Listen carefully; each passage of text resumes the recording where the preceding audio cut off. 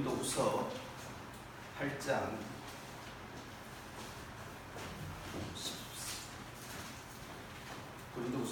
13절에서 15절을 또 같이 읽겠습니다.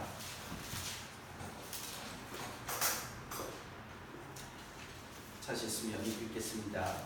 이는 다른 사람들은 평안하게 하고 너희는 곤고하게 하려는 것이 아니요 균등하게 하려 함이니 이제 너희의 넉넉한 것으로 그들의 부족한 것을 보충함은 위에 그들의 넉넉한 것으로 너희의 부족한 것을 보충하여 균등하게 하려 함이라. 기록된 것 같이 많이 거둔 자도 남지 아니하였고 적게 거둔 자도 모자라지 아니하였느니라. 그리스도 안에 사랑하는 성도 여러분, 오늘 우리가 읽은 구약과 신약의 본문을 가지고 성경에서 말하는 평균함이라는 게 무엇인가 하는 것을 같이 한번 좀 살펴보려고 합니다. 제가 8월 한 달 동안 성경에 나와 있는 평균함이 무엇인가 하는 것에 대해서 살펴보고 있고 또 같이 말씀을 나눌 기회가 있을 때마다 조금씩 같이 나누려고 합니다. 오늘은 우리가 생각해보는 이 평균이라고 하는 것이 과연 복음적 가치가 있는 것인가 하는 문제를 굉장히 본질적인 이야기를 좀 다뤄보려고 합니다. 평균이라고 하는 것이 굉장히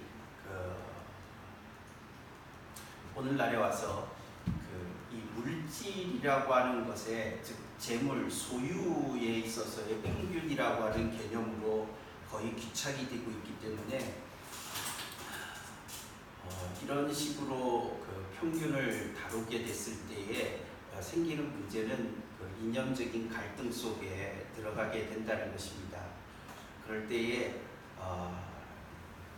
성경에서 말하는 평균이라고 하는 것이 어떻게 해서 등장을 하게 됐는지를 조금 더 우리가 분명하게 바라보면서 복음적 가치 안에서의 평균이라고 하는 것이 무엇인가 하는 것을 조금 정리를 해보려고 합니다. 그것이 또 제가 다루려고 하는 핵심적인 주제이기도 한 문제입니다. 우리 성경에 보면 신약 성경에, 특별히 구약 성경에도 몇 번 나오지만은 그렇게 의미 있게 다루어지지는 않고, 평균이라는 단어 자체가, 그리고 신약에서 이 평균이라는 단어는 골로새서 4장 1절에 보면 상전들에게 주는 교훈으로서 종들을 다룰 때에 공평하게 다뤄라, 의와 공평으로 다뤄라, 이런 식의 표현이 있습니다. 그래서 종을 다룰 때 한 방식으로서 의와 공평이라고 하는, 이 공평이라고 하는 단어가 나오고 나서는 우리가 읽은 고린도후서 8장 13절 14절에 두 번 나오는 것이 전부입니다. 우리 성경에는 지금 개정 성경에는 균등이라고 이렇게 번역되어 있는데, 이전의 번역은 평균하게 하려 합니다 라고 하는 평균이라고 하는 말로 썼습니다. 균등과 평균이라고 하는 것이 어떤 차이가 있는 것인지 쉽게 잘 이해는 안 되지만, 말하려고 하는 중심은 충분히 전달이 되리라 이렇게 생각이 됩니다. 그래서 이 공평 혹은 또 평균 혹은 또 균등 이런 표현들이 있는데, 이것이 성경에 기록되었을 때 바울 사도가 경험했던 이 평균이라고 하는 한 단어를 쓸 때, 어떤 사람이 어떤 용어를 쓰게 됐을 때 자기가 그 용어가 가지고 있는 그 사회적 함의 속에서 그 단어를 쓰기 때문에, 바울이라고 하는 사람은 바리새인으로서 유대적 배경, 즉 구약 성경의 배경을 충분히 깔고 있습니다. 그리고 또한 그가 이 평균이라고 하는 이런 말을 쓸 때에는 당시에 그리스 로마 사회 중심적인 가치관 속에서 평균이라고 하는 말이 사용되어지는 용례들을 따라서 이런 표현들을 쓰고 있다, 이렇게 이야기를 할 수 있겠습니다.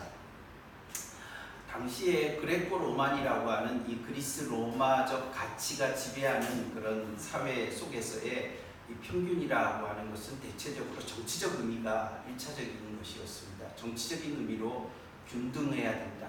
모든 사람이, 그것도 시민에게 대해서 얘기하는 것입니다. 시민에게 대해서 로마 시민권 혹은 또 그리스 아테네 시민권을 가지고 있는 사람은 정치적으로 평등해야 된다라고 얘기를 함으로써 그런 평등이 주어지는 세상을 행복한 사회다, 이렇게 평화로운 사회가 된다, 이렇게 믿었습니다.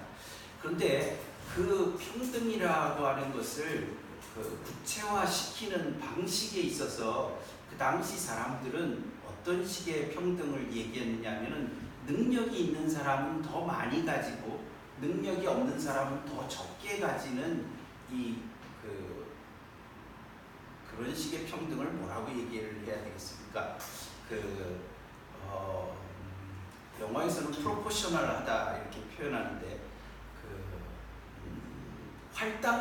활당적 평등이라고 이렇게 번역을 할 수 있을지 모르겠다. 그러니까 비례적 평등이다 이렇게. 그래서 그런 의미가 비례적 평등이다라고 하는 개념이 그 당시에는 주로 쓰였습니다. 그러니까 좀 똑똑한 사람은 더 많은 권리를 가지고 있어야 그걸 가지고 사회 전체를 잘 다스려 나갈 수 있다라고 하는 것입니다.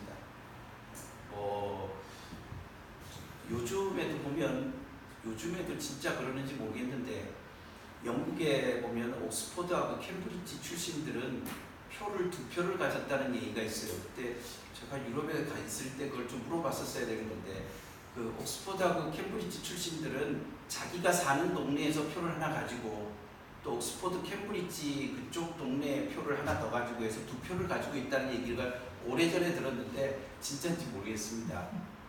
그러니까 이제 그런 전통들이 가지고 있는 의미가 뭐냐 하면은 비례적 평등이라고 하는 것이죠. 그러니까 그 자격이 있는 사람이 그 권리를 조금 더 가지고 자격이 없는, 특히 악한 사람들은 그것의 권리를 조금 박탈하는 것이 좋다.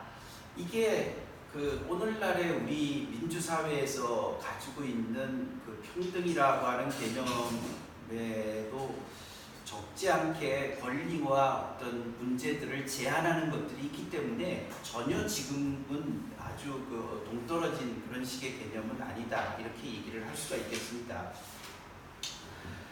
어쨌든 그 당시에 이 바울이 성경을 기록했을 때 그때의 세계 속에서 이야기하는 것은 그랬습니다.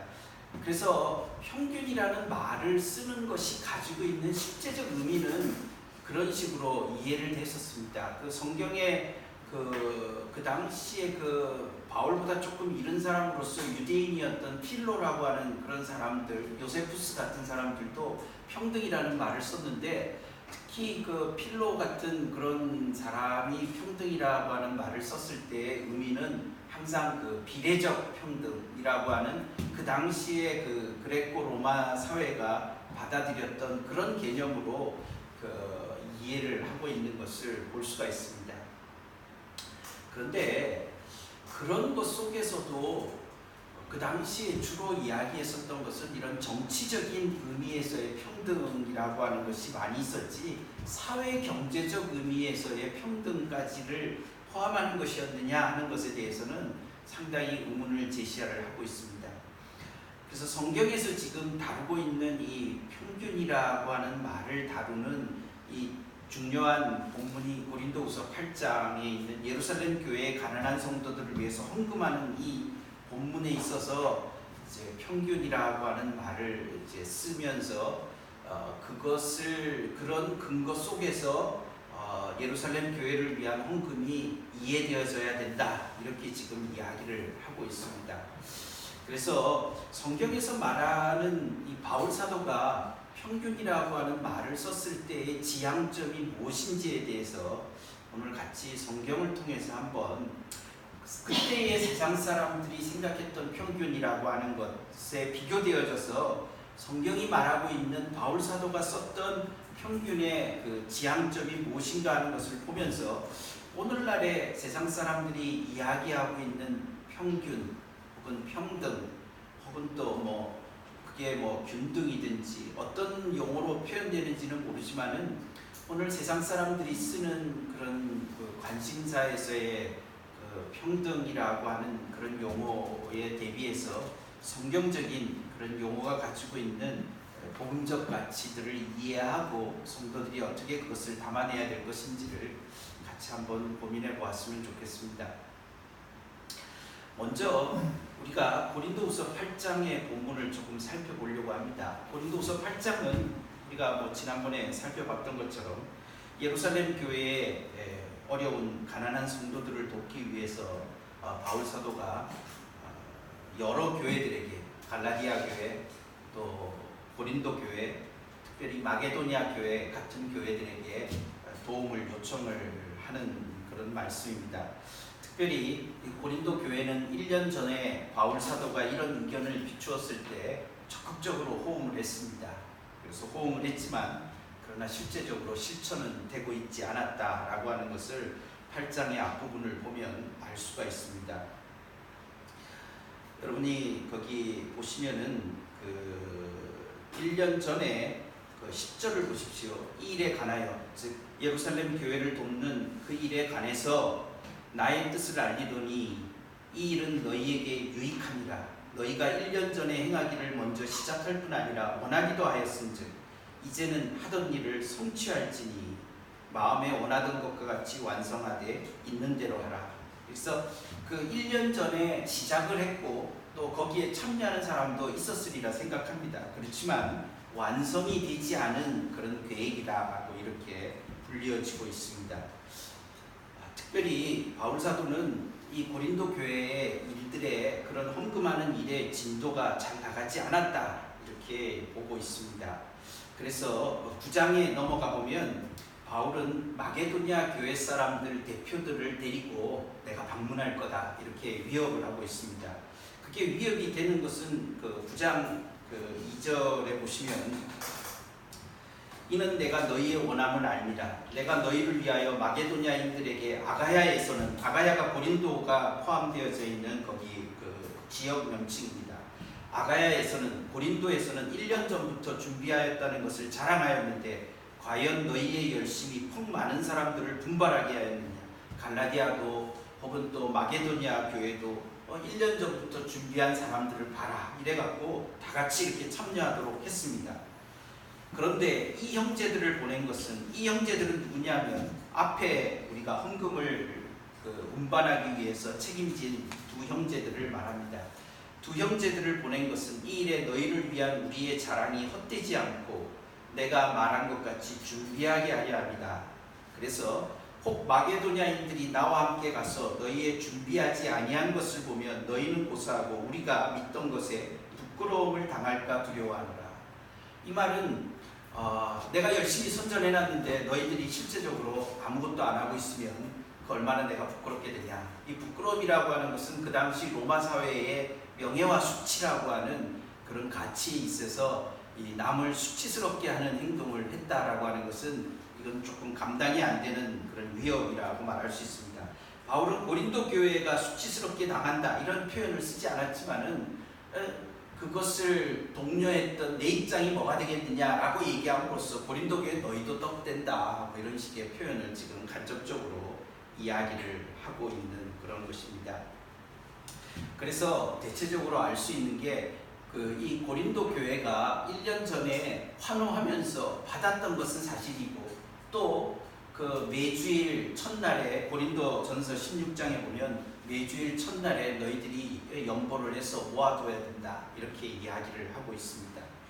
쉽게 말하면 매주일마다 너희들이 회집할 때 헌금을 해서 그것을 좀 잘 정립을 해 나가고 그것으로 그 예루살렘 교회를 돕는 일에 내가 갈 때에 너희들이 그것을 주어서 그렇게 헌금을 할 수 있으면 좋겠다 이런 구체적 계획까지 다 드러난 계획인데 시작은 해놓고 중간에 지금 잘 진행되지 않는다는 소식을 듣고 바울은 이 고린도후서 8장 9장을 길게 서술하면서 그들이 해야 되는 동력을 지금 새로 일으키고 있는 그런 내용이다 이렇게 말할 수 있겠습니다. 이런 이야기를 할 때에 가장 중요하게 이야기를 하는 것 중에 하나가 이 8장에 나타나는 중요한 표현 중에 하나가 은혜라고 하는 표현입니다. 헌금을 하는 이것을 은혜, 선물로 표현을 합니다. 은혜라고 하는 것은 다르게 번역을 하면 조금 일반적인 생활용어로 표현한다면 선물이라고 이렇게 말할 수 있거든요. 그래서 마게도냐 교회가 예루살렘 교회를 돕는 선물, 헌금, 선물이라고 그러면 조금 더 은혜, 우리는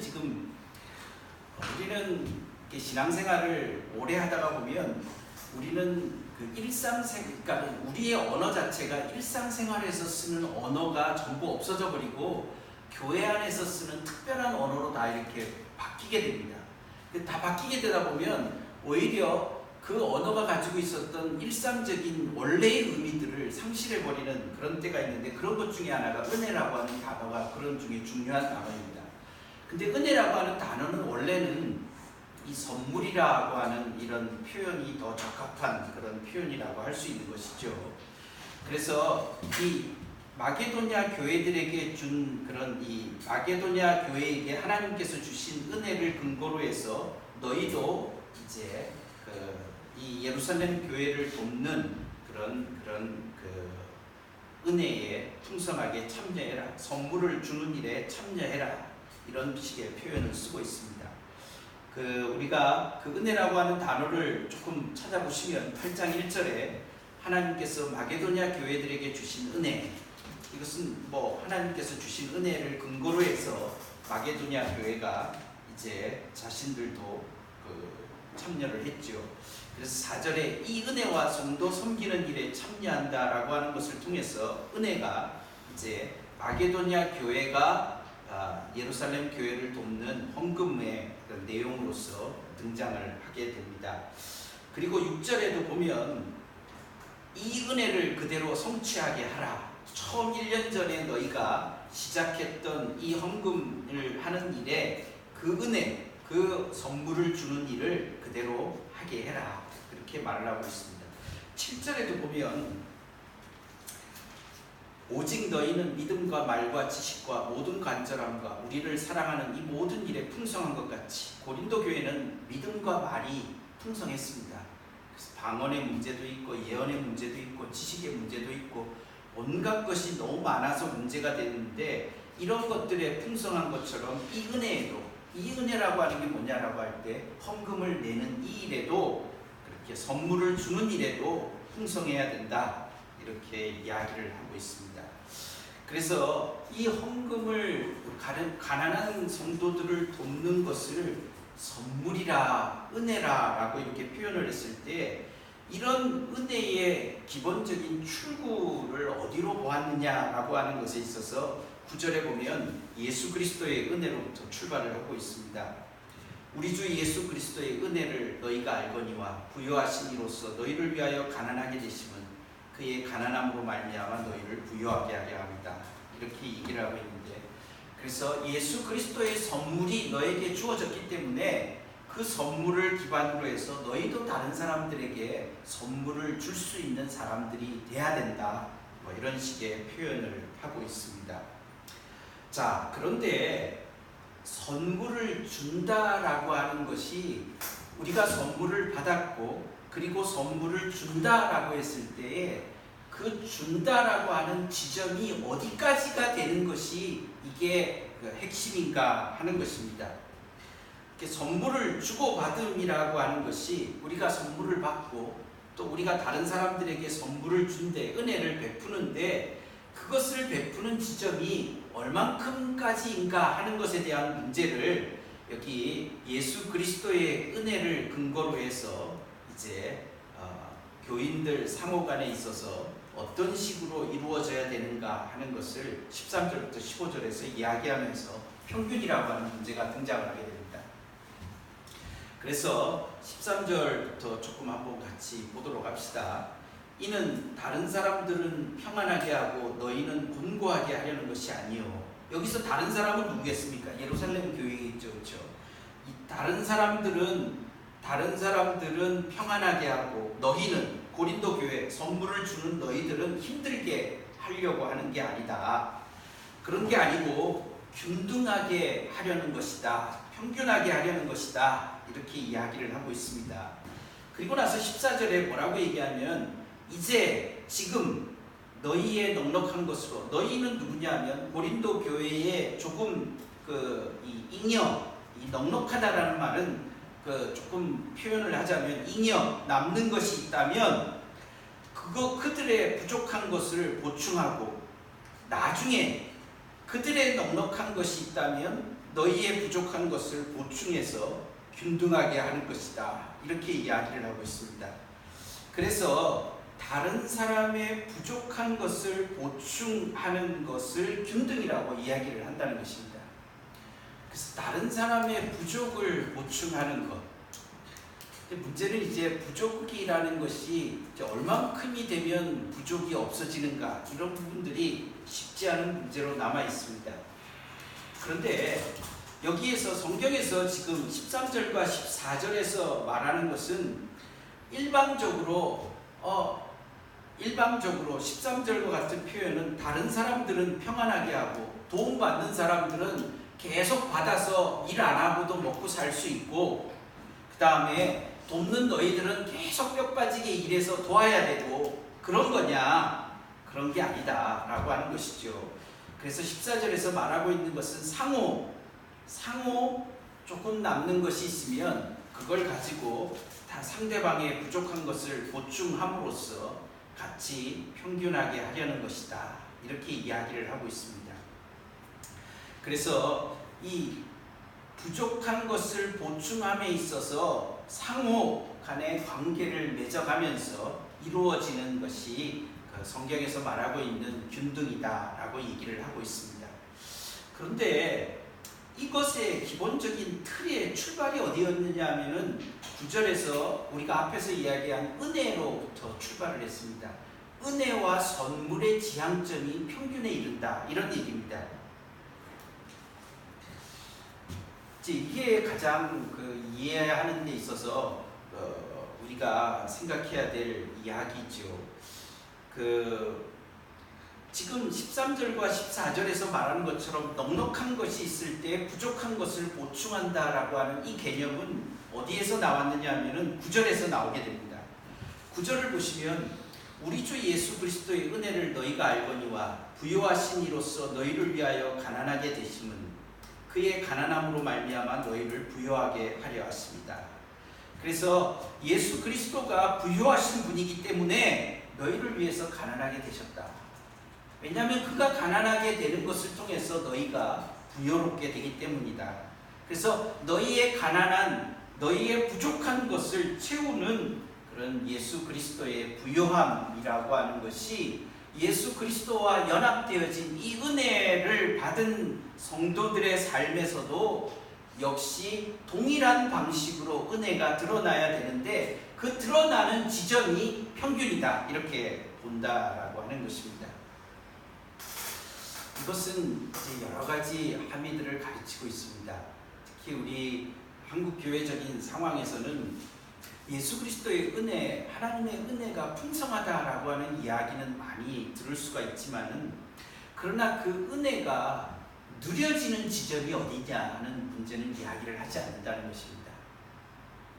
그것에 대한 문제가 좀 심각한 상태라고 이렇게 얘기할 수 있습니다. 즉, 하나님의 은혜가 풍성하다라고 하는 것은 그 은혜가 누려지는 대상에 관계없이 누구에게나 제한 없이 미쳐질 수 있다는 의미에서 풍성하다는 것이지, 그것이 어떤 특정인에게 다른 사람보다 훨씬 더 많이 누리고 가질 수 있다라고 하는 측면에서 풍성하다라고 가르치지 않는다는 것입니다.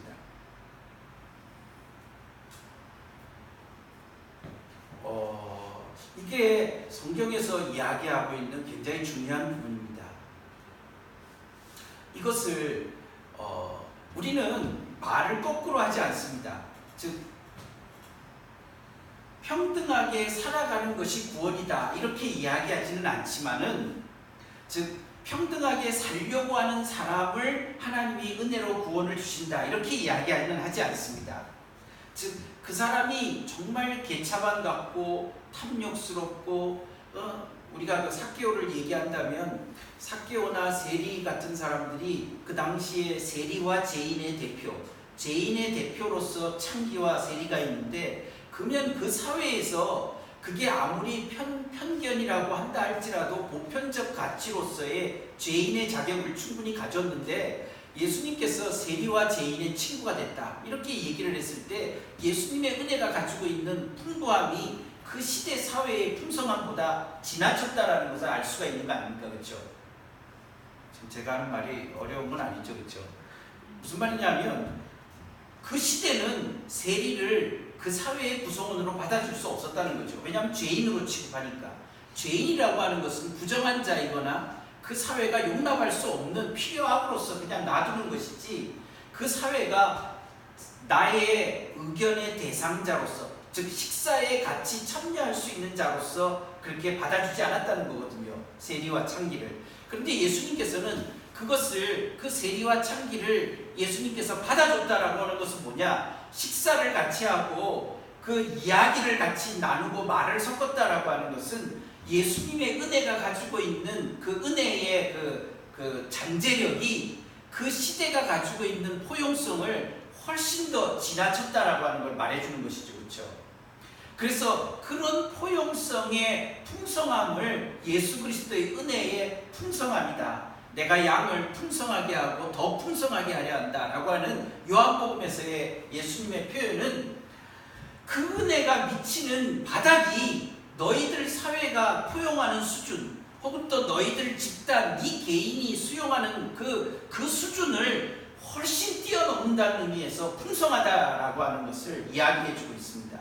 그렇기 때문에 우리가 지금 이 평균이라고 하는 이야기를 할 때에도 말하려고 하는 지점에 있어서 은혜가 풍성하다라고 하는 것에 있어서는 흔들림이 없습니다. 누구나 품어줄 수 있다. 그런데 그 은혜를 받는 자의 믿음의 반응이라고 하는 것이 뭐냐라고 하는 것입니다. 이것을 단순하게 그냥 받아들인다라고 하는 것으로만 이야기하지 않는다는 것입니다. 성경에서 지금 이야기를 하려고 하는 것은 이 예수 그리스도의 은혜의 풍성함이라고 하는 것이 우리들에게 있어서 미쳐지고 우리들의 것이 되어지는 순간에 있어서는 그것은 균등이라고 하는 관점이 들어와서 의를 실천할 수 있는 지점에 이르러야 된다. 이렇게 이야기하는 것입니다. 즉 의라고 하는 것이 원인과 자격이 될 수는 없지만은 그러나 은혜가 미쳐진 결과의 지점으로서는 충분하게 기능을 해야 된다라고 하는 것이 바울이 지금 고린도 교인들을 설득하고 있는 문제이고 바로 그 부분이 전혀 시간의 흐름에 차이가 나는 오늘의 시점에 있어서까지의 참조점이 될 수 있는 즉 성도들과 교회의 삶의 근거가 될 수 있는 지점으로서의 역할을 하고 있다라고 하는 것입니다.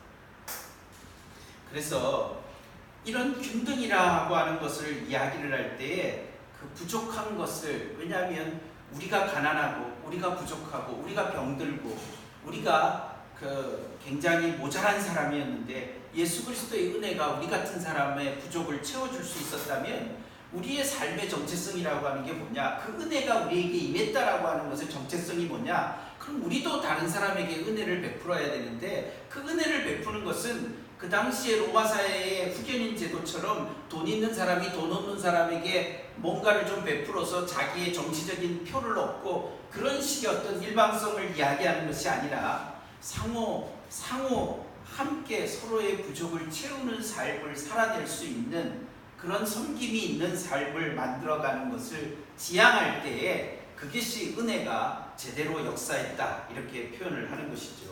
그래서 그런 측면을 균등이다 이렇게 이야기를 하고 있습니다. 바울의 이런 균등이라고 하는 것은 이것이 그 당시 로마 사회가 가지고 있었던 비율적 균등이라고 하는 것을 포함하는지 안 포함하는지 뭐 이런 것들을 말하기는 쉽지는 않습니다. 그러나 우리가 이야기하려고 하는 것은 이 다른 사람의 부족, 이웃의 부족, 서로 사랑하라라고 하는 예수님의 말씀에 대해서 이 서로를 어떤 식으로 보아야 되느냐라고 하는 문제에 있어서 균등이라고 하는 문제가 나온다는 것입니다. 이것은 우리가 창세기 1장부터 4장까지의 내용에 대해서 굉장히 많은 시간들을 투자하면서 같이 성도들하고 나누어서 보았지 않습니까? 하나님이 사람을 만들 때 혼자 있는 것이 좋지 못하다라는 표현을 썼습니다. 혼자 있는 것이 좋지 못하다라고 하는 표현을 썼을 때 혼자 있는 것이 좋지 못하다라고 하면서 만들어 놓은 것이 뭐냐면은 돕는 일을 만들어 주었습니다. 우리는 창세기 2장에서 돕는 배필이라고 하는 말은 그 당시에 첫 남자와 여자였기 때문에 배필이라는 번역을 했지만은 원래는 배필이라는 단어가 없습니다. 그냥 돕는 입니다. 즉 인간에게 있어서 또 다른 한 인간이 등장하는 것을 성경은 어떤 관계로 규정하느냐 하면 돕는 이로서의 규정을 하고 있습니다. 사람과 사람의 관계는 돕는 것으로 존재한다. 그것을 다른 사람들은 세상에서는 사회적 동물이다 이렇게 표현하는 것으로 그것을 담아냈는지 모르겠지만 성경은 좀 더 적시를 하고 있습니다. 창세기 2장에서 혼자 있는 것이 좋지 못한데 그래서 돕는 일을 주어서 좋은 상태를 만드는 것이죠. 선한 상태가 뭐냐? 선한 상태가 어떤 상태냐? 선한 세상이 어떤 상태냐? 사람과 사람의 관계가 돕는 관계에서 있을 때 그것을 선한 관계라고 표현한다는 것입니다. 선한 세상이라고. 선한 세상이고 선한 삶이고 선한 삶의 관계가 형성됐다 이렇게 표현을 한다는 것입니다. 우리가 십계명을 요약을 하면서 예수님께서 그 율법사들과 함께 의논이 맞았던 것은 뭐냐면 가장 큰 계명이 뭐냐? 하나님을 사랑하는 것입니다. 두 번째는 뭐냐? 마찬가지로 하나님을 사랑하듯이 이웃을 서로 사랑하는 것입니다. 이런 표현을 씁니다. 그래서 이 이웃을 서로 사랑하는 것, 이웃을 나의 경쟁자로 여기지 않는 것. 그러니까 이웃이 나의 도움이 필요한 사람이고 또 나도 그런 도움을 받고 있고 이런 관계로 우리가 살아가는 것. 이것이 바로 성경에서 말하고 있는 평균의 지점이다라고 얘기를 하는 것입니다. 지금. 그래서 바울이 얘기하는 평균이라고 하는 것을 글쎄 그레코 로만 사회의 산물로서 이야기를 할 수 있는 것인가? 이제 그런 어떤 형식적 언어들을 후견인 제도라든지 그 당시의 로마 사회의 근간이 되는 여러 가지 요소들을 언어적으로 표현을 했지만은 그 중심에 가지고 있는 그 바울의 평균의 의미가 뭐냐라고 얘기를 했을 때 도대체 하나님의 은혜가 우리에게 주어졌을 때 우리도 다른 사람에게 은혜를 베푼다라고 하는 그 베품의 지점이 무엇일까라고 했을 때 그것은 다른 사람의 부족에 대해서 우리가 돕는 이로 서야 된다라고 하는 그 부름이라는 것입니다. 그런데 다른 사람은 모두 내가 존재하는 데에 도움을 주고 있는데 나는 다른 사람의 도움만을 받고 사는 사람인가? 우리가 서로 있음으로 인해서 도움이 된다 이렇게 말을 할 수 있죠. 근데 그것들을 소극적으로 내가 있는 것만으로도 다른 사람에게 도움이 된다 그렇게 얘기할 수 있죠. 그런데 이것을 좀 더 적극적으로 이야기하는 것은 내가 다른 사람의 도움이 되고 있는가? 내가 다른 사람의 도움을 받으려고 하고 있는가? 이런 것들에 대하여서 적극적인 수용과 그렇게 기여를 하려고 하느냐? 여기에서 은혜라고 하는 것이 제대로 작동하고 있는가? 이렇게 보는 것이죠. 제가 조금 말씀이 이제 길어져서 이 평균이라고 하는 것을 이야기를 할 때에 그 성경에서 말하려고 하는 뿌리가 무엇인가 하는 것에 대해서 제가 같이 한번 생각을 해보는 것이죠. 바울 사도는 고린도 교회로 하여금 예루살렘 교회의 어려움을 돕을 때 이 필요가 있는 이 필요 혹은 또 부족이 있는 현실들을 바라보면서 너희들이 어떤 모습, 너희들이 가지고 있는 은혜, 예수 그리스도의 은혜라고 하는 것을 통해서 너희가 예수 그리스도와 하나가 됐다, 한 몸이 됐다라고 얘기를 했을 때에 너희들도 선물을 주어야 되는 것이 마땅하다. 너희도 은혜를 베풀어야 된다. 그 은혜를 베푸는 데 있어서의 그 지점이 어디가 돼야 되느냐 할 때 너희도 다른 사람의 도움이 되어야 된다. 이렇게 말할 수 있는 것이죠. 자, 그렇게 하면서 균등이라고 하는 것이 나와 있는데, 이 균등이라고 하는 것에 표현을 쓰고 난 다음에 15절에서 바울 사도는 이렇게 얘기를 합니다. 기록된 것 같이 많이 거둔 자도 남지 아니하였고 적게 거둔 자도 모자라지 아니하였다. 이것은 우리가 잘 알고 있는 것처럼 출애굽기 16장 18절을 인용한 것입니다. 오늘 우리가 읽은 출애굽기 16장 18절의 말씀을 우리가 읽었습니다. 그래서 바울 사도는 자신의 생각에 균등의 뿌리는 구약 성경에 있다, 이렇게 선언하는 것입니다. 당시에 그레코 로만 사회도 아니고 또 오늘날에 바울이 살았다 하더라도 나의 생각은 막스에게서 나온 게 아니다, 이렇게 이야기를 하는 것이죠. 막스에게서 나온 것이 아니고 사회주의 이념에서 나온 것도 아니고 내 생각의 뿌리는 만나에서부터 나왔다, 이렇게 선언하는 것이죠. 그것이 성경이 지향하는 그 지점이다, 이렇게 표현을 하는 것입니다. 그래서 이 바울의 이 출애굽기 16장 18절을 인용하는 본문인데, 여러분들이 그 출애굽기 16장을 펴서 이렇게 조금만 더 같이 나눠보도록 하겠습니다. 16장 18절에 보시면 우리가 아까 16장 16절부터 18절을 읽었는데, 하나님께서 그 배고파하는 한 2달이 지났습니다. 16장 1절을 보면 출애굽한 지 한 2달이 지났기 때문에 그들이 준비해온 양식이 다 떨어져서 배고팠습니다. 그래서 배고플 때 하나님이 만나를 주시면서 하나님께서 말씀을 합니다. 이 만나를 주셨는데, 이 만나를 주신다라고 이렇게 얘기를 하는데, 만나를 주셨다, 내가 만나를 준다, 이렇게 얘기를 하잖아요. 그렇죠? 만나를 주신다는 말이 어디에 나오느냐 하면은 그 앞에 보면 그 모세가 이스라엘 백성에게 만나를 주니까 15절, 우리가 관심 있는 16절 바로 앞에 이스라엘 자손이 보고 그것이 무엇인지 알지 못하여 서로 이르되 이것이 무엇입니까 하니 모세가 그들에게 이르되 이는 여호와께서 너희에게 주어 먹게 하신 양식이다. 이 하나님이 주신 거다. 하나님이 준다라고 하는 말이 이게 뭐냐면 선물이라는 거죠. 은혜라는 거죠.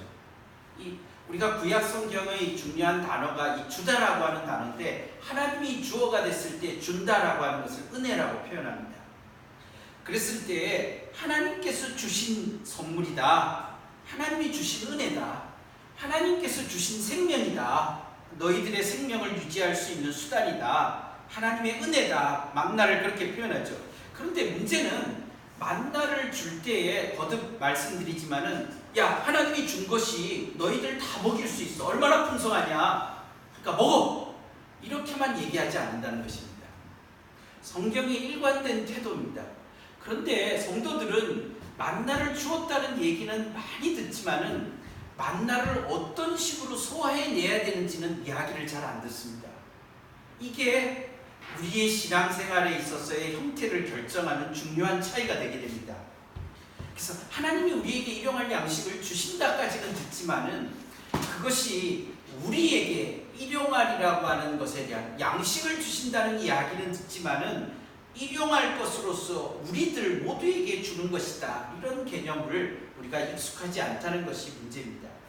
그래서 16절부터 18절이 가지고 있는 가치는 뭐냐면, 너희에게 준 은혜라고 하는 것이 어떤 식으로 너희들에게 누려져야 되느냐, 너희가 그것을 즐기고 인조이하고 그 하나님이 주신 것을 너희가 받아서 살아가야 되는데 어떤 식으로 누리면서 살아야 되느냐, 어떤 식, 어떤 방식으로, 어떤 규범이 너희들 속에서 그것들을, 은혜를 우리의 소유로 만드는 방식을 가지게 될 거냐, 이런 얘기를 16절부터 18절에서 하고 있습니다. 그래서 다시 한번 읽어보면 16절부터 보시면 여호와께서 이같이 명령하시기를, 명령입니다. 명령은 법입니다. 법. 즉 은혜는, 은혜가 주어지는 법을 담고 있다는 것입니다. 이게 명령하기를 너희 각 사람은 먹을 만큼만 이것을 거둘지. 분명히 하나님이 엄청나게 주셨을 거예요. 엄청나게 주었지만은 거두는 방법은 어떻게 거둬야 됩니까? 먹을 만큼만입니다. 이 먹을 만큼만. 너희 각 사람은 먹을 만큼만 거두는데 곧 너희 사람 수요대로 한 사람에 한 오멜씩. 근데 먹을 만큼만이 지금 이 광야 생활 속에서는 비상한 상황이었기 때문에 한 오멜이라고 하는 양을 규정을 하고 있습니다. 각 사람이 그의 장막에 있는 자들을 위해서 거두어라. 장막에 있는 자들은 누구겠습니까? 병자, 애들, 노인들, 이런 사람들, 즉 자기가 스스로 거둘 수 없는 사람들, 수고할 수 없는 사람들을 위해서 그걸 거두라는 것이죠. 그래서 17절 이게 명령입니다. 명제입니다. 그러니까 하나님의 의지입니다. 각 사람이 먹을 만큼만 한우매. 그랬더니 17절은 뭐겠습니까? 이스라엘 자손이 그같이 하였더니 거둔 것이 많기도 하고 적기도 하다는 건 뭐라 그랬습니까? 현실입니다. 거두다 보면 많기도 하고 적기도 한 거죠. 많기도 하고 적기도 한 현실이 생깁니다. 그런데 18절에 보면 그 많기도 하고 적기도 한 현실을 그대로 보면 놔두느냐? 그렇지 않다는 것입니다. 오멜로 되어본다는 것입니다. 그래서 많이 거둔 자도 남지 않고 적게 거둔 자도 부족함이 없이 각 사람은 먹을 만큼만 거뒀다. 여기 핵심은 뭐냐면 각 사람은 먹을 만큼만 거둔다는 것입니다. 여기 각 사람은 먹을 만큼만이 하나님의 명령한 지점입니다. 16절에 너희 각 사람은 먹을 만큼만 이것을 거둘지니, 그러니까 하나님의 말씀이 그대로 되게 되는 지점이 각 사람이 먹을 만큼만입니다. 그거를 하기 위해서 오멜로 되어보는 작업을 했다는 것입니다. 그런데 제가 그 수요일날 같이 이 본문을 다시 나누면서 오멜로 되어본다라고 하는 것이 기적적인 것인가 아니면 사람들이 재분배한 것인가 하는 문제를 가지고 성경의 주석의 역사는 크게 둘로 나뉩니다. 대부분은 기적적으로 됐다고 봅니다. 그러는 오멜 대박이 있어서 거기다가 집어넣으면 싹 없어지고 싹 불어나고 이런 식으로 됐다라고 그렇게 대부분의 학문적인 주석일수록 더 기적적으로 봅니다. 왜냐하면 기적이라고 하는 것에 의해서 만나가 주어졌기 때문에 그것을 구성하는 모든 요소도 기적적으로 푸는 것이 더 합리적이다 이렇게 보는 것이죠. 그런데 오히려 보수적이라고 보여질 수 있는 칼빈과 같은 사람들은 재분배했다라고 이렇게 과감하게 얘기를 합니다. 그리고 최근에 와서 이 평균의 문제가 다시 굉장히 많이 다뤄지고 있습니다. 요즘에 와서 이 평균의 문제가 다뤄지는 중요한 이유는 미국 때문에 그렇습니다. 9.11 사태 이후에 미국의 이 패권주의가 경제적 패권주의하고 관계되면서 도대체 이 양극화의 문제라든지 이런 것들을 어떻게 성경에서 그 지혜를 찾을 수 있을까 하는 신학적 노력의 근거들이 그 이전 시대까지는 도대체 그 신학의 관심사가 그 홀로코스트의 문제라고 이렇게 볼 수도 있습니다. 홀로코스트라고 하는 게 나치의 문제를 어떻게 이거를 신학적으로 담아내고 정죄하고 극복해낼 것인가 하는 게 신학적 과제였다라고 하면 이 해방 신학 이후에 또 그 이후에 또 이 미국의 패권 이런 것들 속에서 도대체 어떤 식의 지혜를 경제적으로 실제적으로 누릴 것인가 하는 문제 때문에 이 사실은 고린도후서 8장 9장의 문제, 만나 문제 같은 것들을 관심들을 많이 가지게 됩니다. 저의 관심사도 그런 흐름 속에서 결국 다 나온 것이고요. 새로운 그런 것은 없습니다. 단지 제가 지금 여기서 같이 나누려고 하는 것은 뭐냐면은 바울 사도가 인용한 부분은 우리가 18절 중에 정말 중요하게 말하려고 하는 부분 두 가지는 빼놓고 가운데 있는 것만 딱 인용을 합니다.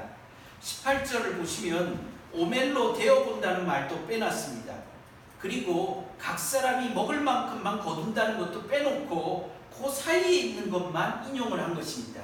이쪽에 고린도후서 8장에서 보면 그래서 많이 거둔 자도 남음이 없고 적게 거둔 자도 부족함이 없음이었더라 라고 하는 것에 그 지점을 이루도록 하고 있는 것이 평균의 지점이다 이렇게 말하는 것입니다. 그렇다면 이 본문을 인용하면서 바울이 말하려고 했었던 평균이라고 하는 것이 말하려고 하는 것은 뭐냐라고 얘기를 했을 때에 남임이 없고 부족함이 없게 되는 것에 실제적인 그 내용이 무엇이었는가 하는 것을 출애굽기를 보면 뭐라고 나와 있느냐 하면 출애굽기 상황 속에서는 각 사람의 먹을 만큼이라고 하는 규정으로 나온다는 것입니다. 그리고 그 앞에 오멜로 되어본다라고 하는 인간의 재분배의 노력이 들어있다라고 하는 것을 함께 담아내고 있다는 것입니다. 그래서 평균의 지점이라고 하는 게 뭐냐, 어디가 평균이냐라고 얘기했을 때 바울이 곧 출애굽기 16장을 읽으면서 바울이 생각했던 평균의 지점은 각 사람이 먹는 것은 보장되는 것이다. 적어도 먹는 것은 보장돼야 되지 않느냐라고 하는 것입니다. 그런데 바울이 이 본문을 인용하지 않은 것은 이것은 단순히 먹는 것의 문제만 한정되는 게 아니다라고 하는 것으로 그것을 조금 더 감추고 있는 것이죠. 지금 여기서는 먹는 것의 문제지만 부족이라고 하는 문제는 전 삶의 영역에서 일어나는 것이기 때문에 단순히 먹는 것의 문제만에 한계되지 않는다라고 하는 것이기 때문에 부족과 이 많음이라고 하는 문제를 근본적으로 다루고 있는 것이다. 이렇게 말할 수 있는 것이죠. 그런데 오늘 같이 생각해 보면서 이야기하려고 하는 지점은 그것입니다. 바울 사도가 평균이라고 썼던 그 말의 실제 내용은 그가 그 내용의 함의는 많이 거둔 자도 부족함이 없고 적게 거둔 자도 모자라지 않도록 하는 것인데 그것을 한마디로 표현해 놓은 것이 뭐냐? 각 사람이 먹을 만큼이라는 표현입니다.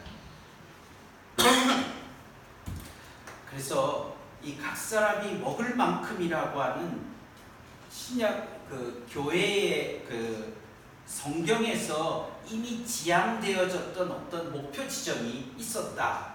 이렇게 이야기를 할 수가 있겠습니다.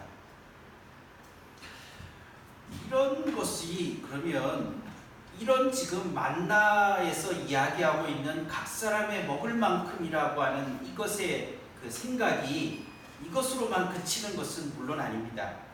우리가 지난 수요일 날 같이 6월절에 대해서 생각해 보았는데 출애굽기 몇 장 앞에 보면 12장이 있습니다.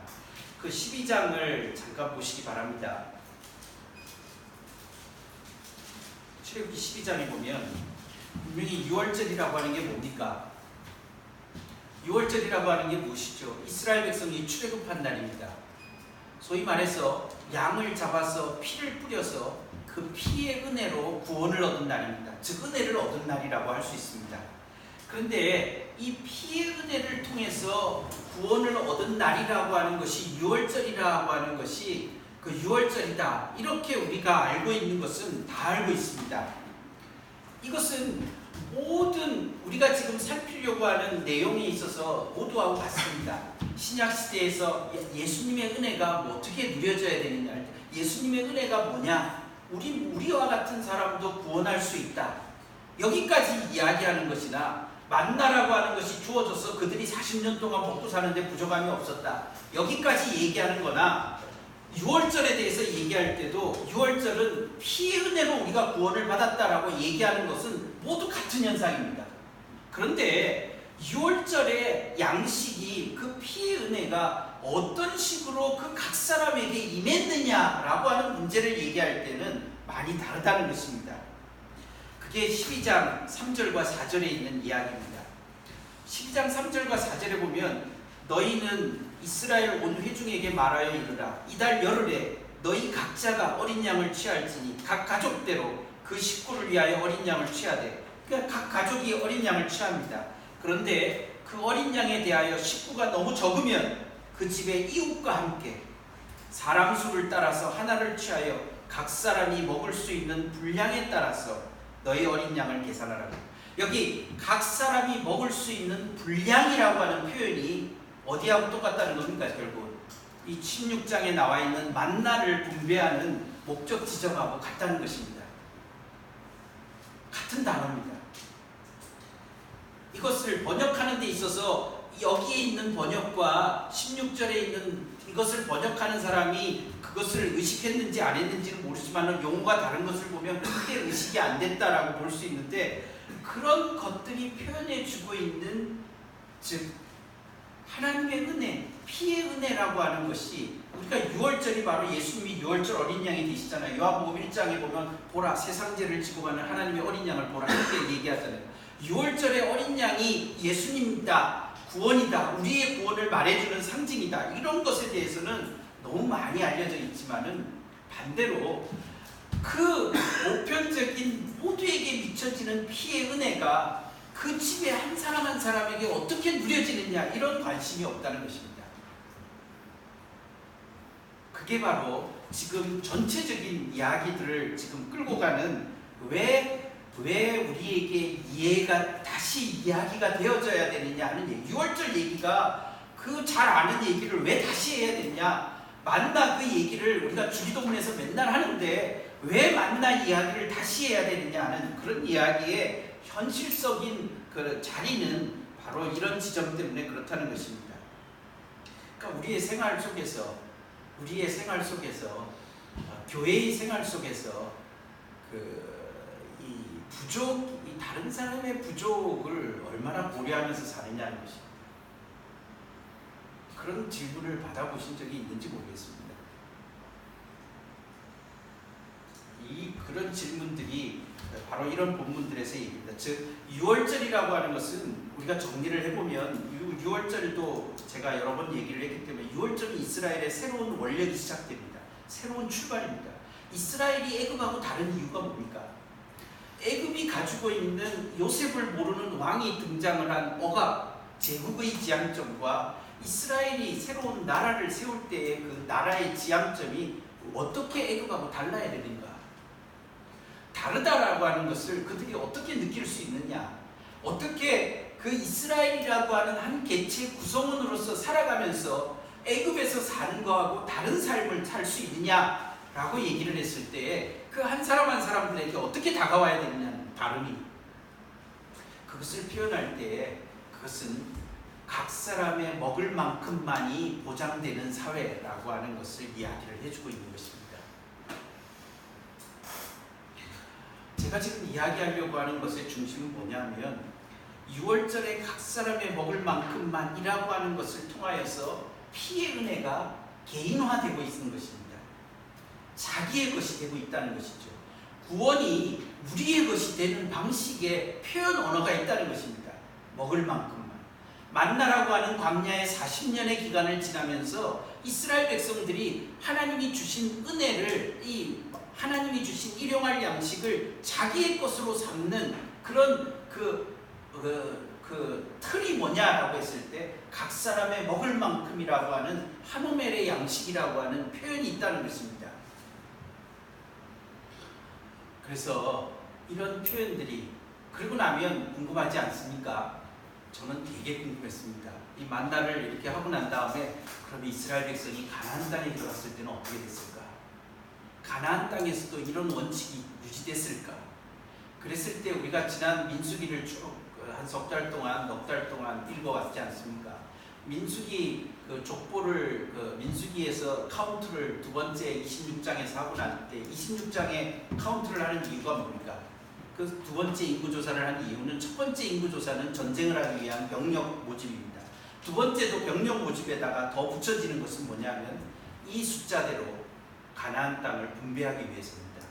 그 분배를 할 때 어떤 원칙이 있었습니까? 수가 많으면 많이 주고 적으면 적게 주는, 그것이 민수기 26장 54절에 나와 있는 원칙입니다.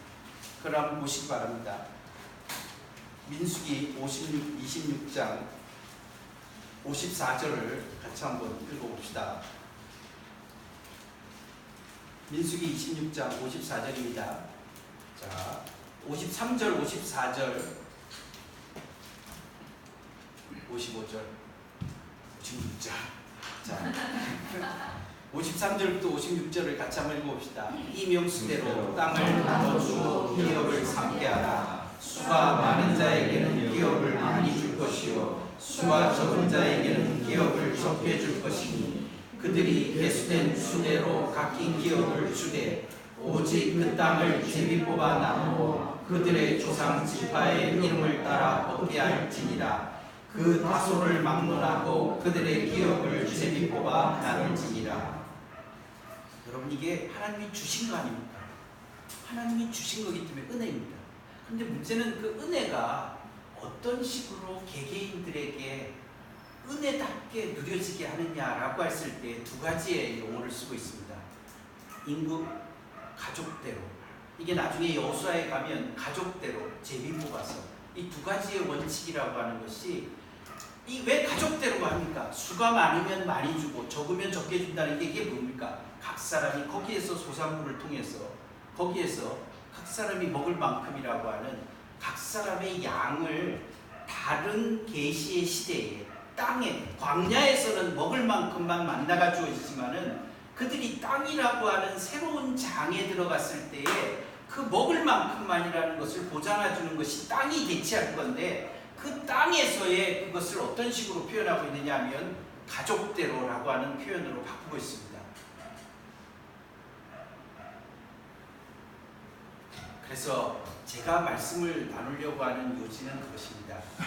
더 많이 풀어야 되겠지만은 말씀을 나누려고 하는 요지는 바울 사도가 썼던 평균이라고 하는 이 용어가 가지고 있는 지향점은 그 당시에 그레코 로만 사회에서 가지고 있는 비율적인 평균 혹은 정치적인 평균 이런 것들을 담아낼 수 있느냐 없느냐는 것은 논의를 더 해봐야 되는 것이겠지만은 그것이 가지고 있는 원래의 자리를 출애굽기로 이야기를 하는 것을 통하여서 바울이 이야기하고 싶은 것은 뭐냐라고 했을 때 자기의 언어가 평균이라는 말을 썼지만 평균이라는 말이 가지고 있는 원래의 자리는 어디냐 할 때 하나님의 은혜를 우리가 받는 방식으로서의 평균입니다.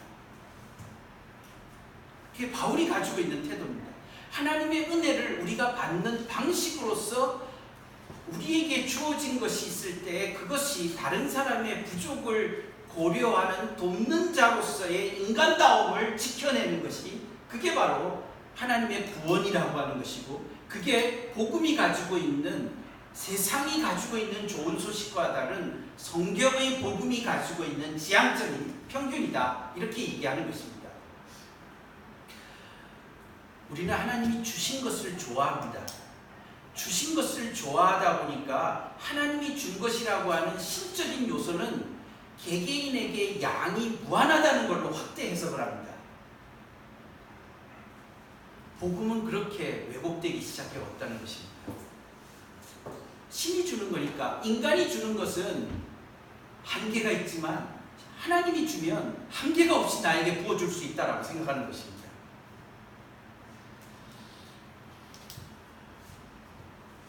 근데 성경은 하나님이 주신 것에는 엄격한 통제가 있다라고 하는 것이 진짜의 이야기입니다.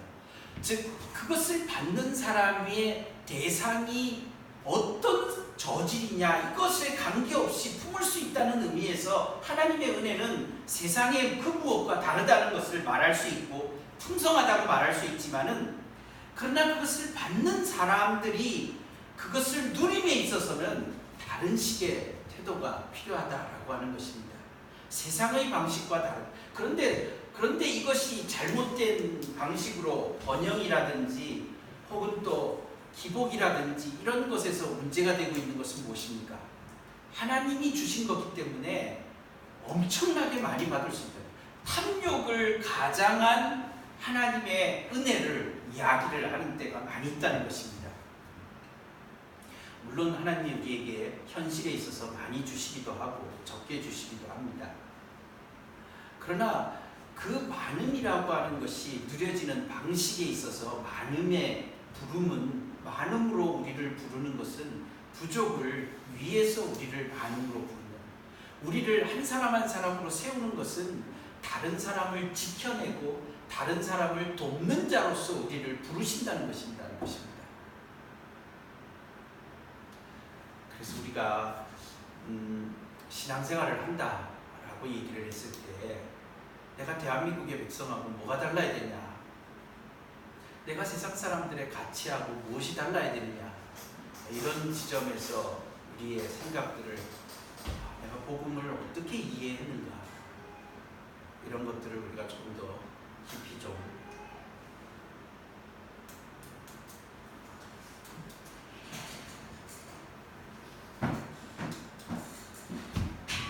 설교가 너무 길어져서 죄송합니다. 그래도 이야기를 조금 정리를 해야 될 것 같아서 그래서 제가 왜 한 가지만 길어져도 어쩔 수 없죠. 한 가지만 더 얘기하고 좀 마치려고 하는 것은